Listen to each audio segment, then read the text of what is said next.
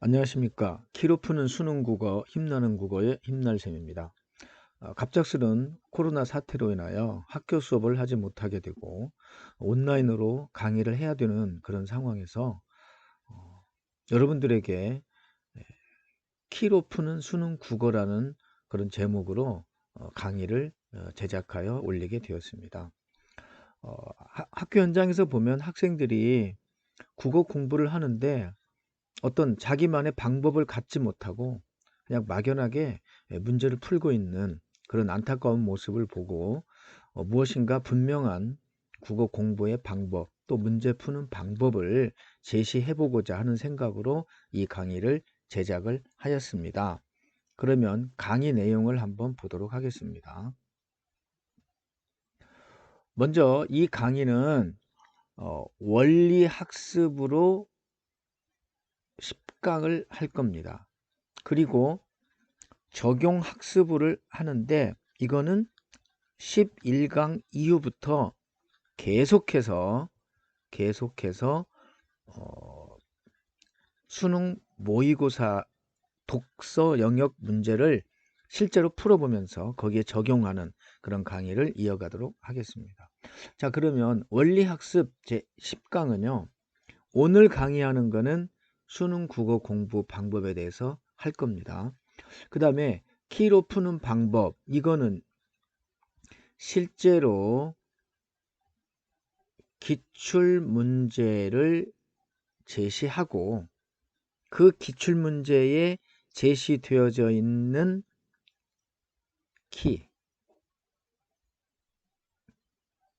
찾아서 그것을 분석하고 그걸 이용해서 지문을 독해하고 그 다음에 정답을 찾아내는 방법, 즉 선생님이 제시하고자 하는 키로 푸는 방법을 여러분들에게 제시해 보도록 하겠습니다. 그 다음에 3강부터 5강까지는 그 키가 문두, 보기, 선택지에 숨겨져 있는데 그 어떻게 숨겨져 있고 그 숨겨져 있는 키를 어떻게 발견하고 또 발견한 키를 어떻게 이용해서 지문을 독해하고 문제를 풀어갈 것인가 하는 것을 자세하게 설명하겠습니다. 그러니까 어떻게 보면 2강에서 이야기했던 내용을 좀 더 구체적으로 설명한다 이렇게 생각하시면 되겠습니다. 자, 그 다음에 6강부터 10강까지는 이 키를 분석해 보니까 일반적으로 수능 시험 문제는 5가지의 유형이 있더라 하는 겁니다. 그래서 이 5가지 유형을 우리가 어떻게 키를 분석하고 또 이 5가지 유형은 어떤 방식으로 지문을 읽어야 되고 또 어떤 방식으로 그 문제의 정답을 찾아야 하는가 이런 거에 대한 내용을 설명하겠습니다. 물론 여기에 사용되어지고 있는 모든 문제는 수능에서 출제되어졌던 즉 평가원에서 출제한 6월달, 9월달 모의고사와 11월 수능 문제를 가지고 설명을 할 것입니다. 그 다음에 11강 이후부터는 교육청에서 출제하는 문제 있죠. 올해는 좀 많이 일정이 어긋나서 안타깝습니다만은 교육청에서 실시하는 문제, 서울시 교육청, 경기도 교육청, 뭐 부산시 교육청 이런 모의고사 문제들을 실제로 이 방법에 적용해서 어떻게 풀었어야 하고 또 어떻게 답을 찾았어야 하는가 이런 것들에 대한 설명을 해보도록 하겠습니다. 자, 그러면 우리가 수능 국어 공부 방법에 대한 얘기를 말씀드려 보겠습니다. 학교에서 있어 보면 학생들이 흔히 이렇게 질문합니다. 쌤, 국어 공부를 어떻게 해야 되죠? 국어는 뭘 공부해야 할지 잘 모르겠어요. 이렇게 물어보는 학생들이 많습니다.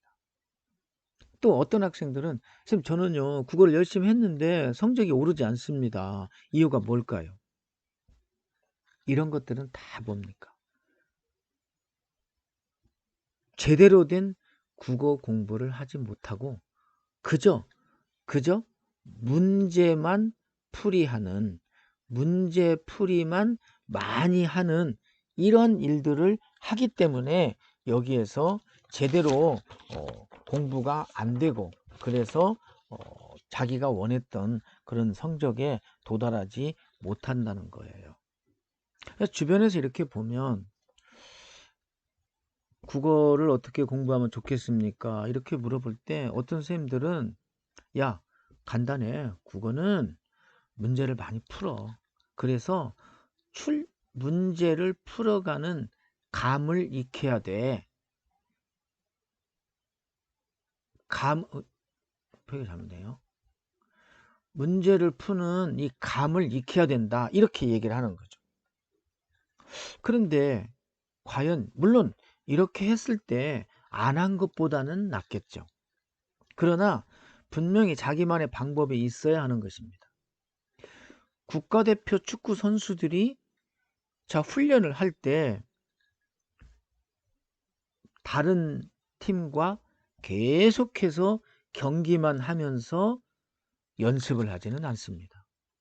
이거는 감독과 선수들이 일체가 되어서 자기들만의 분명한 전략을 연습을 한 다음에 그걸 바탕으로 실제 경기를 통해서 자기들이 익혔던 전략이나 전술이 제대로 먹혀드는가를 확인하는 방법으로 훈련을 합니다. 우리 국어 공부도 마찬가지입니다. 우리가 국어를 공부하는 데 있어서 자기 방법이 없이 많은 문제를 풀어서 감을 길러내는 것만 생각하고 있다면 이것은 잘못된 것입니다. 선생님은 이렇게 국어는 절대 감이 아니다. 국어는 뭐냐?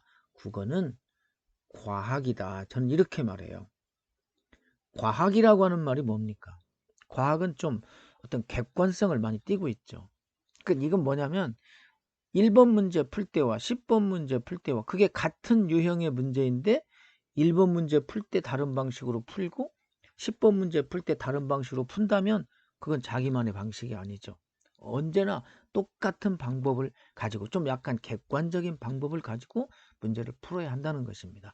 그래서 쌤이 이야기하는 키로 푸는 국어는 분명하게 자기만의 문제풀이 방법을 가지고 있어야 한다는 것입니다. 그래서 국어를 공부하는 가장 중요한 것은 자기만의 공부 방법.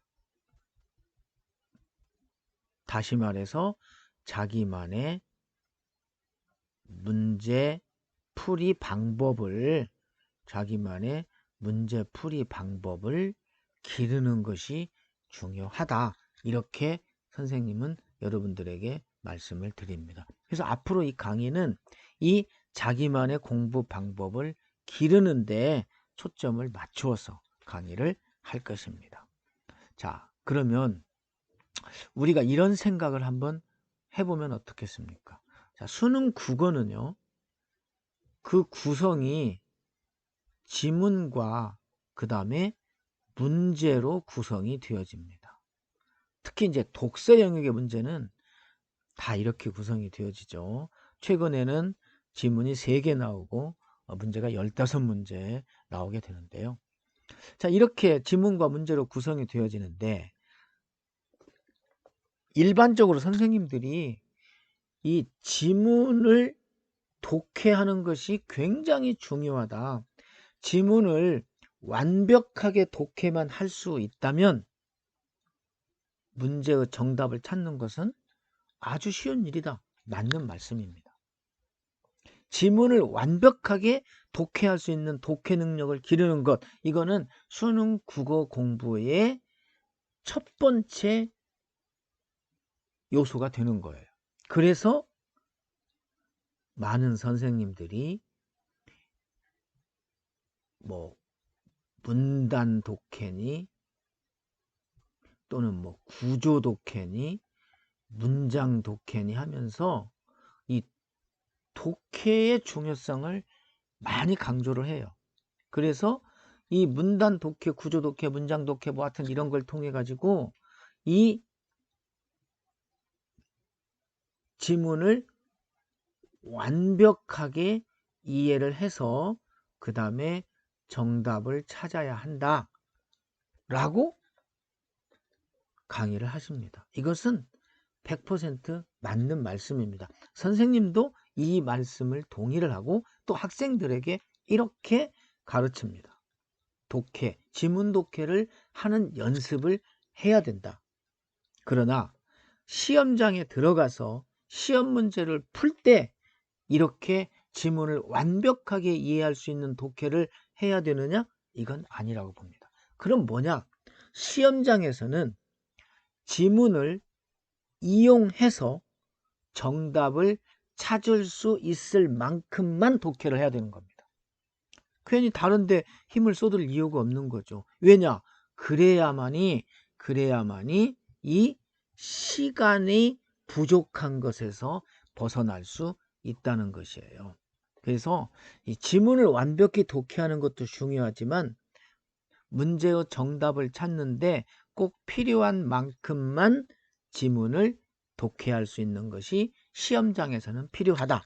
그래서 우리는 지문 독해 연습도 해야 되지만 물론 뭐 1학년, 2학년 학생들은요. 이거 정말 열심히 해야 됩니다. 지문 독해 연습을. 그러나 시험장에 들어가야 되는 그런 상황인 3학년 학생들은 이것이 어느 정도 지문 독해가 되어 있다고 생각을 하고 우리는 필요한 만큼만 독해하고 그래서 문제를 풀어가는 이런 것을 익혀둬야 한다는 것입니다. 자, 그래서 수능 문제는 지문과 이렇게 문제로 이루어지고 있는데 이 문제는 다시 문두와 그 다음에 보기와 그 다음에 선택지로 이렇게 구성이 되어집니다. 물론 이제 보기는 문제에 따라서 있을 수도 있고 없을 수도 있습니다. 자, 이렇게 문두, 보기, 선택지가 이렇게 나와 있는데요. 이게 수능 문제가 좀 약간 아이러니컬한 게 보세요. 우리가 지문을 완벽하게 독해를 한 다음에 문제를 풀어야 돼요. 그렇죠?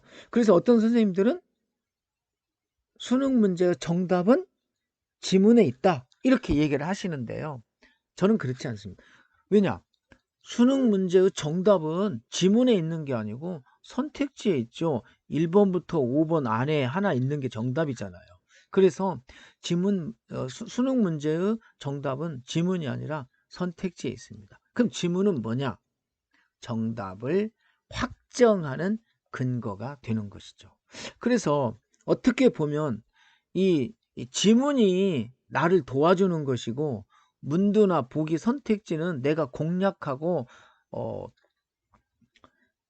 또 해결해야 되는 그런 어떤 문제 대상이라고 볼 수 있겠지만 저는 아이러니컬하게도 이 문제가 우리 편이고 지문이 공격해야 되는 대상이라고 생각을 하는 겁니다. 왜냐? 이 문두, 보기, 선택지에는요. 문제를 풀 수 있는 정말 필요한 내용이 담겨 있다는 말입니다. 그래서 선생님은 이것을 문두, 보기, 선택지에 담겨져 있는 문제를 푸는데 꼭 필요한 내용, 이것을 선생님은 키라고 이야기를 하고 이 키를 찾아내서 이걸 바탕으로 지문을 독해하고 지문을 이용해서 정답을 찾아보자는 것입니다. 그래서 문두를 분석하고 보기를 분석하고 선택지를 분석할 수 있는 바로 이 문제 분석 능력을 기르자는 거예요. 앞에서도 이야기했지만 3강부터 문두, 보기, 선택지에 제시되어져 있는 키를 찾아서 풀어가는 방법을 강의하겠다고 했는데 그때 다시 한번 이것을 설명하기는 할 것입니다. 그래서 국어 공부를 하는 방법은 이겁니다. 지문 독해하는 독해 연습을 많이 하시고, 그 다음에 문제를 분석하는 능력을 기르고, 그걸 가지고 지문을 이용해서 정답을 찾아가는 이런 방식으로 우리가 공부를 해야 되는 것입니다. 이것이 선생님이 여러분들에게 제시하고자 하는 공부 방법입니다. 그래서 우리는 이런 식으로 공부를 하시면 좋겠습니다. 자, 그러면 키는 무엇인가? 아까 앞에서도 이야기를 했기 때문에 간략하게 이야기를 하겠습니다.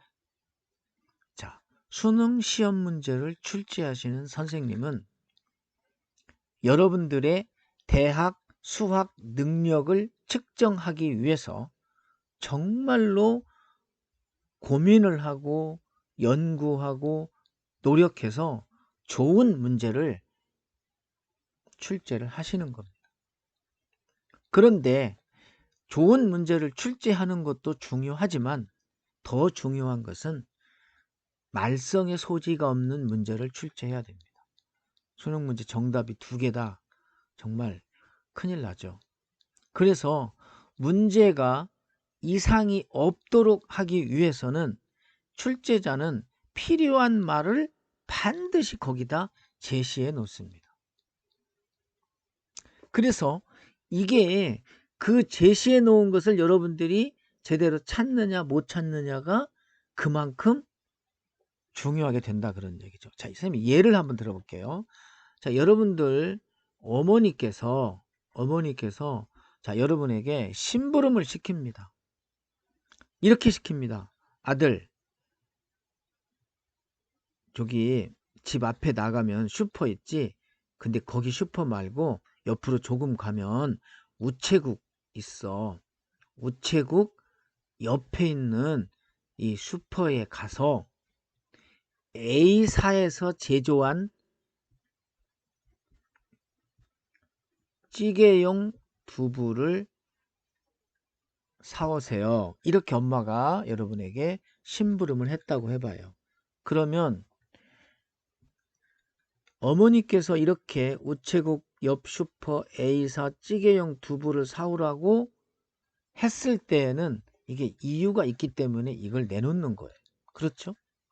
그럼 여러분도 어머니의 심부름을 제대로 수행하기 위해서는 이 3가지의 어머니의 요구사항을 충족시켜 드려야 되는 겁니다.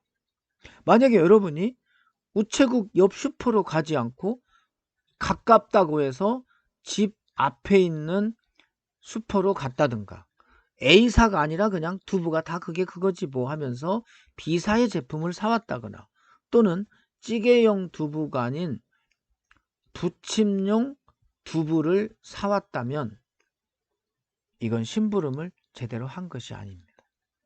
또 어머니께서 그냥 우체국 옆 슈퍼에 가서 A사에서 나온 두부를 사와라 이렇게 이야기를 하시고, 이 찌개용 두부라고 하는 이 사실을 만약에 빠뜨리고 이 2가지만 제시했다면 여러분들은 부침용 두부를 사오든지 찌개용 두부를 사오든지 아무 문제가 없을 것입니다. 그렇죠? 그런데 여러분이 부침용 두부를 사가지고 갔을 때 어머니께서 아들 왜 찌개용 두부를 안 사오고 부침용 두부를 사왔어? 이렇게 얘기한다면 이건 어머니의 잘못입니다. 그래서 출제자들은 이런 문제가 생겨나지 않도록 시험 문제를 풀이하는데, 그죠? 자, 문제를 풀이하는데 꼭 필요한 내용, 이것을 제시하게 되는 겁니다. 이게 바로 그래요, 키인 것입니다. 그래서 이 문제를 풀이하는데 꼭 필요한 내용을 파악하고 문제를 푸는 거하고, 그것 없이 지문 읽고 문제 보면서 정답을 찾는 거하고는 다를 것입니다. 아까 이야기했던 것처럼 아들이 어머니 심부름을 가기 위해서 어머니께서 제시한 이 사항들을 완벽하게 이해를 하고 심부름을 해야만이 제대로 심부름하는 거죠. 그래서 출제자들도 이렇게 문제를 풀이하는데 꼭 필요한 내용을 제시해냈는데 이것이 바로 키이고, 이 키는 아까 얘기했지만 문두에도 제시할 수도 있고 보기에도 제시할 수도 있고 선택지에도 제시할 수가 있다는 거예요. 그래서 우리는 이것을 찾는 연습, 이런 것들을 하는 거, 이게 바로 이 국어 공부의 하나의 방법이 된다, 이렇게 말씀을 드리는 겁니다. 자, 그러면 출제자들은 키를 어떻게 제시할까? 출제자들은요, 문두에 제시하기도 하고 또는 보기에 제시하기도 하고 선택지에 제시하기도 합니다. 자, 여기에 대해서는 아까 3강부터 3강, 4강, 5강에서 이야기한다고 했는데요. 자, 선택지 제시되는 키. 자, 여러분들이 2020년 4월 24일에 집에서 실시했던 서울시 교육청 시험 문제를 풀어보셨으니까 아실 겁니다. 이 교육청 시험 문제는요, 그냥 풀어내는 거, 그냥 출제하는 것이 아닙니다. 이 선생님들이 거의 가을부터 몇 달 동안 모여서 연구하고 회의하고 검토하고 이렇게 해가지고 실제로 방학 때, 겨울방학 때 일주일 이상 합숙하면서 수능을 출제하는 것과 똑같은 방식으로 보안을 유지하면서 출제한 문제입니다. 그래서 굉장히 중요한 또 정성이 들인 아주 좋은 문제들이라고 볼 수 있어요. 무슨 뭐 인천시 교육청, 부산시 교육청, 경기도 교육청 문제도 마찬가지입니다. 그냥 만들어지는 문제가 아닙니다. 그래서 교육청에서 출제하는 문제들은 정말 좋은 문제예요. 자, 그런데 어쨌든 이 서울시 교육청 시험 문제의 30번 문항을 보시면 이게 EBS가 발표한 내용에 따르면 이것의 오답률이 78%입니다. 무슨 말이에요? 10명 중에 8명이 틀렸다는 거예요. 그만큼 어려웠던 문제라고 볼 수 있는 거죠. 그러면 이게 선생님도 이 문제를 보면서 학생들이 많이 힘들어 하겠구나. 그러나 어떤 생각을 했냐면 선택지의 키를 제시해 놨네. 이것만 잘 보면 되겠군. 그래서 선택지에 제시한 키, 이 선택지에 제시된 키를 찾은 학생은 1번과 3번은 무조건 정답이 아니네, 이렇게 확인할 수가 있었을 것입니다. 나중에 이것은 한번 다시 이야기를 해보도록 하겠습니다. 그래서 이 출제자들은 이렇게 문두, 보기, 선택지에 키를 제시한다, 이렇게 여러분들이 아시면 되겠습니다. 자, 그러면 선택지 키에 따라서 5가지 유형을 아까 이야기했었는데요. 6강부터 10강까지 강의를 하겠습니다. 출제자들은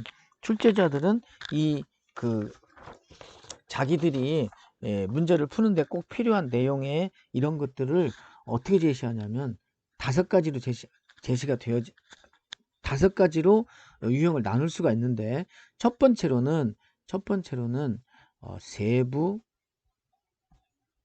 정보의 확인.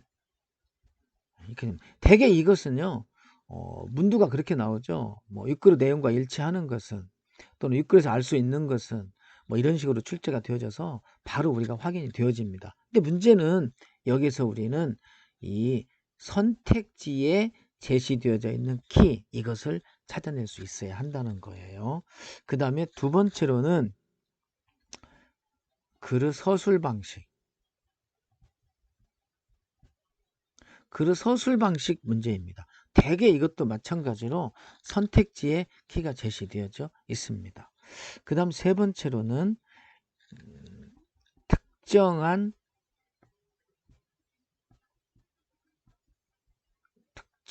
정보의 내용을 묻고 있는데 이것도 문두나 그 다음에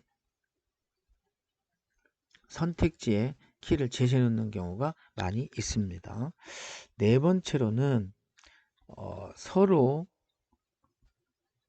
대비가 되는 두 정보. 물론 이것은 두 개가 아니라 세 개가 될 수도 있는 거예요. 지문에 있는 두 정보가 될 수도 있고 지문과 보기에 있는 두 정보를 비교하는 문제도 있을 수가 있습니다. 이것은 문두, 보기, 선택지 모두의 키를 제시해 놓고 있습니다. 그 다음에 다섯 번째로는 다른 사례에 적용하기. 대개 3점짜리 문제가 많죠. 이것도 역시 문두, 보기, 그리고 선택지에 키를 제시해 놓습니다. 이 5가지 유형은 수능 시험 문제를 분석해 보면 이렇게 5가지 유형으로 나눌 수 있어요. 어떻게 보면 수능 시험은 이 5가지 유형을 분석해내고 어떻게 풀어가고 자기 자신의 방법을 정립만 한다면 사실은 수능 문제 준비하는 데는 그렇게 큰 어려움이 없을 것입니다. 우리가 기출문제를 계속해서 반복해서 공부할 때도 이런 것을 알고 보는 거와 그냥 막연하게 보는 것은 분명한 차이가 있다는 거예요. 자, 그러면 강의를 정리해 보도록 하겠습니다. 자, 키로 푸는 수능 국어. 무엇이냐? 간단합니다. 이거는 무조건 문제를 푸는 것이 아니라 자, 문제를 분석하는 능력을 기르자는 것입니다. 그래서 문제를 분석하는 능력을 길러서 그 다음에 문두와 보기와 선택지에 제시되어져 있는 이 키를 찾아서 거기에 맞는 꼭 필요한 정답을 찾을 수 있는 만큼만 지문을 독해해가지고 그래서 정답을 찾아보자 하는 것이 이 키로 푸는 수능 국어의 방법이라고 여러분에게 말씀을 드립니다. 앞으로 이런 것은 강의를 통해서 여러분들이 익히시고 스스로 문제를 통해서 계속해서 연습을 해가지고 자기만의 능력을 쌓는다면은 여러분들은 수능 시험에서 좋은 결과를 얻을 수 있을 것이라고 생각을 합니다. 강의를 다 마치겠는데요. 과연 여러분들에게 얼마나 어필이 되었는지 이건 잘 모르겠습니다만 또 선생님도 처음으로 온라인 강의를 하다 보니까 또 많이 좀 서툴고 약간 깔끔하지 못한 그런 면도 있으리라고 생각합니다. 앞으로 강의를 하면서 좀 더 그런 점들을 보완할 수 있도록 노력을 하도록 하겠습니다. 여러분도 이 선생님을 믿고 이 강의를 잘 듣고 연습을 해 보시기 바랍니다. 뭐 구독 신청을 하고 알림 신청을 해 놓으면 여러분들이 바로바로 강의를 들을 수 있게 도움이 된다고 하니까 그렇게 신청해 놓고 여러분들이 강의를 들어주시면 좋겠습니다. 자, 오늘 강의 듣느라고 수고하셨습니다. 감사합니다.